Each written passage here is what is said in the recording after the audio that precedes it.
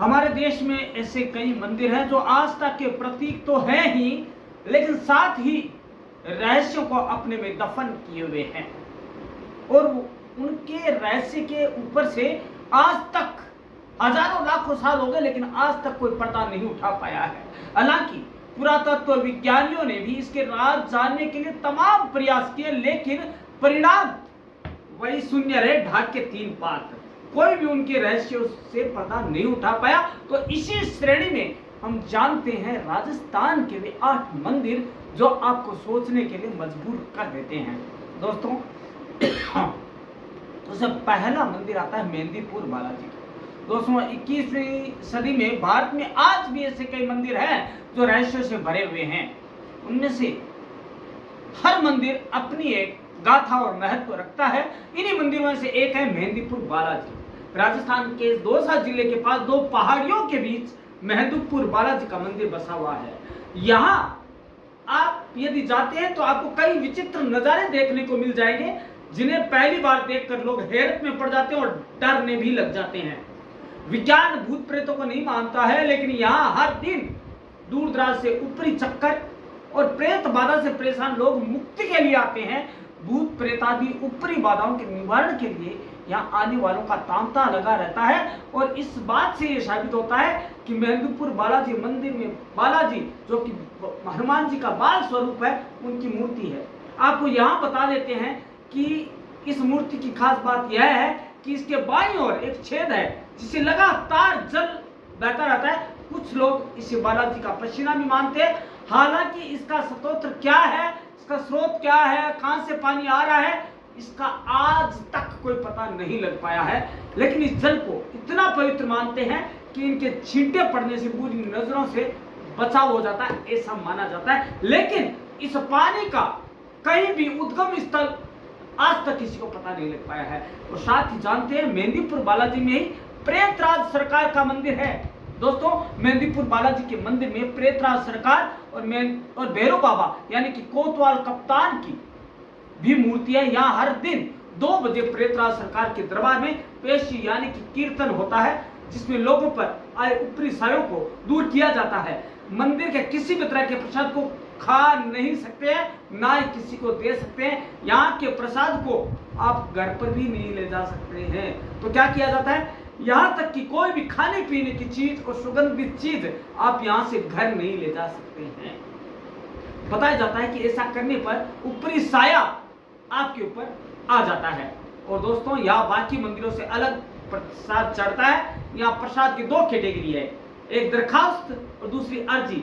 दरखास्त को बालाजी में हाजिरी भी बोलते हैं और हाजिरी के प्रसाद को 2 बार खरीदना पड़ता है और अर्जी में 3 थालियों में प्रसाद मिलता है। मंदिर में दरखास्त एक बार लगाने के बाद वहां से तुरंत निकल जाना होता है। अर्जी का प्रसाद लौटते समय लेते हैं, जिन्हें अपने पीछे फेंकना होता है, फेंक दिया जाता है, उसको प्रसाद को खाया नहीं जाता है। इस मंदिर की सब मंदिरों में से यही एक अलग मंदिर है जिसमें खासियत है। नियम यह है कि प्रसाद फेंकते समय एक नियम और है, इससे आप पीछे नहीं देख सकते, मुड़कर नहीं देख सकते। फिर आता है सावित्री मंदिर। आहा, क्या नाम है, जैसा नाम वैसा ही मंदिर। दोस्तों, सावित्री मंदिर कहाँ है? पुष्कर में। दोस्तों, पुष्कर में एक पहाड़ी पर देवी सावित्री का मंदिर है, जहां पहुंचना कठिन है। कहते हैं कि यहाँ पर ब्रह्मा जी को पुष्कर में श्राप देने के बाद देवी सावित्री, जिन्हें देवी सरस्वती भी कहते हैं, वह रूठ कर पर्वत पर जाकर बस गए। मंदिर के बारे में प्रचलित मान्यता यह है कि पुरुष इस मंदिर में देवी के दर्शन बाहर से ही कर सकते हैं, पुरुषों का अंदर जाना वर्जित है, प्रवेश करना वर्जित है। इसकी वजह मानते हैं कि देवी पुरुषों से नाराज है, सख्त नाराज है, जो आज तक खुश नहीं हो पाई है। इन्होंने विष्णु भगवान को ब्रह्मा जी की गायत्री से विवाह का साक्षी होने की वजह से पत्नी से वियोग का श्राप दे दिया था। और यदि कोई व्यक्ति मंदिर में चला जाए तो यह मान्यता है कि उसे पत्नी वियोग सहन करना होगा, यह मान्यता है इस मंदिर की। फिर आता है किराड़ू मंदिर। दोस्तों, ये मंदिर इतने रहस्य से भरा हुआ है जो आप अनुमान भी नहीं लगा सकते। दोस्तों, बाड़मेर में प्रसिद्ध मंदिर है किराड़ू। बता दें कि 5 मंदिरों के निहायत ही खूबसूरत श्रृंखला है। इसमें एक भगवान विष्णु का है, बाकी महादेव के हैं।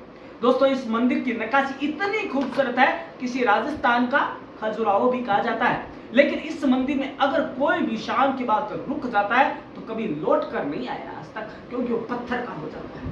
दोस्तों कहा जाता है कि किराड़ू पर एक साधु का शाप है।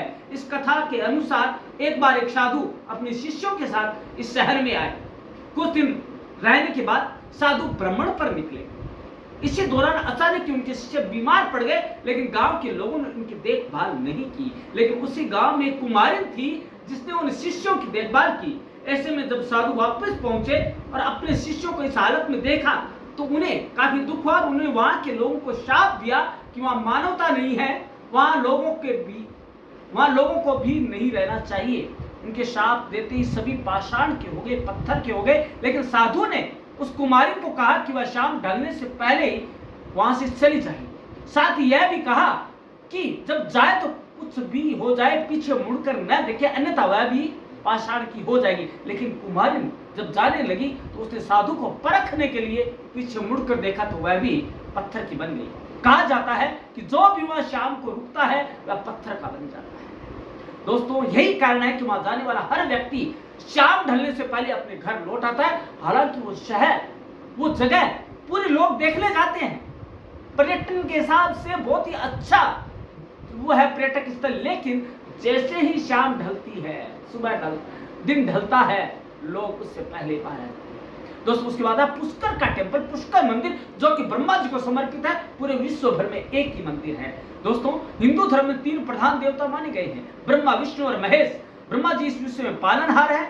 लेकिन देखने वाली बात यह है कि उनकी मूर्ति कहीं भी नहीं मिलेगी। कई सारे मंदिर मिल जाएंगे सभी देवताओं में, लेकिन ब्रह्मा जी का पूरे भारत में एक ही मंदिर है जो कि राजस्थान के पुष्कर में स्थित है। इसके पीछे एक बहुत रोचक कथा है। पद्म पुराण में ऐसा वर्णन मिलता है कि ब्रह्मा जी की पत्नी सावित्री ने उन्हें श्राप दिया था कि देवता होने के बावजूद कभी भी उनकी पूजा नहीं होगी।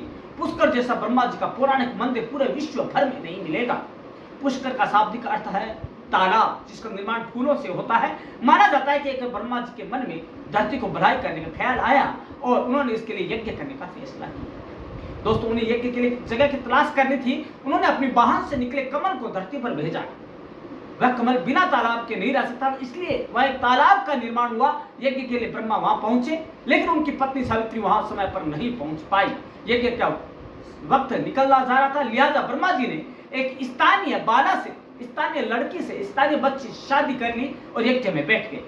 ऐसा देखकर उन्होंने ब्रह्मा जी को शाप दिया कि देवता होने के बावजूद कभी भी उनकी पूजा नहीं होगी। उन्होंने कहा कि इस धरती पर सिर्फ पुष्कर में आपकी पूजा होगी और यदि कोई दूसरा इंसान आपका मंदिर बनाएगा तो उसका कभी भी भला नहीं होगा। तो दोस्तों लोग इस डर से उनका मंदिर नहीं बनाते हैं। पुष्कर झील के किनारे पर बसे इस ब्रह्मा मंदिर को किसने बनाया, यह आज तक रहस्य बना हुआ है। किसी को पता नहीं है, ज्ञात नहीं है किसने बनाया। लेकिन ऐसा सुनने में आता है कि आज से तकरीबन 1200 साल पहले एक शासक ने सपने में देखा कि इस जगह मंदिर है जिसे रखरखाव की जरूरत था। तब उस शासक ने पुराने ढांचे को दोबारा सही करवाया, लेकिन पूरा नहीं बनवाया क्योंकि श्राप था।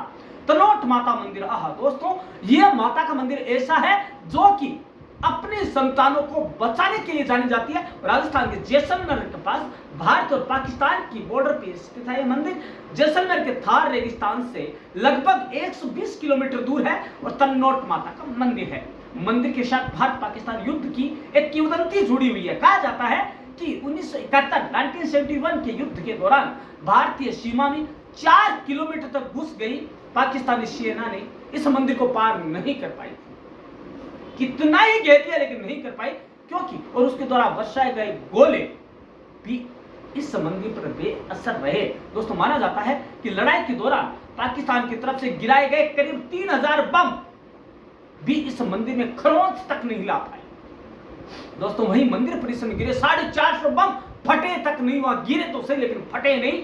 बीएसएफ जवानों और स्थानीय लोगों की मान्यता है कि उस युद्ध में तन्नोट माता की वजह से ही भारत की जीत हुई थी। दोस्तों इस कारण बीएसएफ के जवानों और दूसरे श्रद्धालुओं के बीच यह मंदिर काफी प्रचलित है और मान्यता भरा है। और दोस्तों वे कहा जाता है कि वो गोले और वो बम आज भी वही जस की तस हालत में रखे हुए हैं।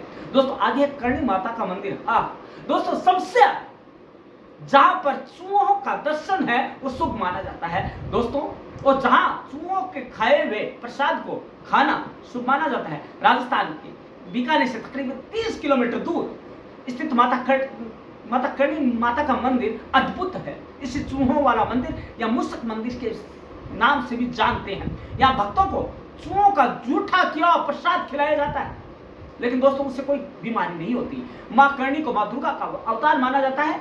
साल 1387 एक चारण परिवार में करणी माता का जन्म हुआ। इनका बचपन का नाम रिद्धुबाई था। विवाह के बाद जब उनका मन सांसारिक जीवन से उब गया तो उन्होंने अपना पूरा जीवन देवी की पूजा और लोगों की सेवा में अर्पण कर दिया। 151 ईयर्स जीवित रहने के बाद वह ज्योति में लीन हो गई। इसके बाद भक्तों ने उनकी मूर्ति स्थापित करके पूजा करनी शुरू कर दी। यहाँ तकरीबन 20,000 सफेद चूहे हैं। कहते हैं कि करणी माता की संतानें हैं। यह सुबह की मंगला आरती और शाम की संध्या आरती में जरूर शामिल होते हैं। यह मां को चढ़ाने वाले प्रसाद को पहले चूहों को चढ़ाया जाता है, इसके बाद तो भक्तों में बांटा जाता है और उससे जूठे प्रसाद को सभी को बांटा जाता है। और यदि आपको सफेद चूहे के दर्शन हो जाते हैं तो बहुत ही शुभ माना जाता है। अब हम जाते जाते जानते हैं कि मां भुआल काली माता मंदिर है। कहां है? वो भी राजस्थान में है। दोस्तों हमने क्या कहा कि राजस्थान मंदिरों की समृद्ध परंपरा से ओतप्रोत है, लेकिन दोस्तों ये रहस्यों से भी उतना ही भरा हुआ है राजस्थान। दोस्तों राजस्थान के नागौर जिले में मां भुआल काली माता का मंदिर है। इस मंदिर की मान्यता है कि यहाँ माता 2.5 प्याला शराब ग्रहण करती है। कितना? 2.5 प्याला, 2.5। साथ ही बचे हुए प्याले की शराब को भेरों पर चढ़ाया जाता है। इस मंदिर का निर्माण डाकुओं ने करवाया था। एक ऐसा मंदिर है जिसका निर्माण डाकुओं ने करवाया। शिलालेख से पता चलता है कि मंदिर का निर्माण विक्रम संवत 1380 में हुआ था। मंदिर के चारों ओर देवी देवताओं की सुंदर मूर्तियां प्रतिमाएं में कारीगरी की गई है। मंदिर के ऊपरी भाग में गुप्त कक्ष बनाया गया था जिसे गुफा भी कहा जाता है। यहाँ माता काली व ब्रह्माणी 2 स्वरूप में पूजा की जाती है। मंदिर में आने वाले भक्तजन ब्रह्माणी देवी को मिठाई और काली को शराब का भोग चढ़ाते हैं। स्थानीय निवासी मानते हैं कि यह मंदिर काफी चमत्कारिक है। यहाँ से कोई भी भक्त कभी खाली हाथ नहीं जाता। भक्त मंदिर में मदिरा लेकर आता है तो पुजारी उससे चांदी का 2.5 प्याला भरता है। इसके बाद वह देवी के होठों पर प्याला लेकर जाता है। इस समय देवी के मुख की ओर देखना वर्जित है। माता अपने भक्त से प्रश्न होकर तुरंत ही वह मदिरा स्वीकार कर लेती है और देखते देखते प्याला एकदम खाली हो जाता है और प्याले में एक बूंद भी बाकी नहीं रहती है। लेकिन इसका रहस्य आज तक नहीं लग पाया है कि क्या वाकई में ये श्रद्धा, निष्ठा और भावना का प्रतीक है या कुछ वैज्ञानिक चमत्कार है। दोस्तों चमत्कार है, कहते हैं चमत्कार को नमस्कार है। दोस्तों निष्ठा, श्रद्धा, भावना, इन सब पर किसी का और विश्वास पर किसी का जोर नहीं चलता। ये धर्म, ये राजनीति सारे एक मानने की, महसूस करने की बात है। दोस्तों राजस्थान जो किलों का स्थान है, किलों का राज्य है, वह मंदिरों की एक रहस्यमयी दुनिया को अपने में समेटे हुए है। तो दोस्तों आपको कैसा लगा यह जानकर कि राजस्थान में इतने मंदिर और वो इतनी रहस्यमयी दुनिया को अपने आप में दफन किए हुए हैं। तो दोस्तों आप बताइएगा परम क्लासेस चैनल के कमेंट बॉक्स में। और परम क्लासेस चैनल कल मिलेगा फिर से आपसे, मुखातिब होगा इसी समय इसी चैनल पर। तब तक के लिए देखते रहिएगा परम क्लासेस चैनल।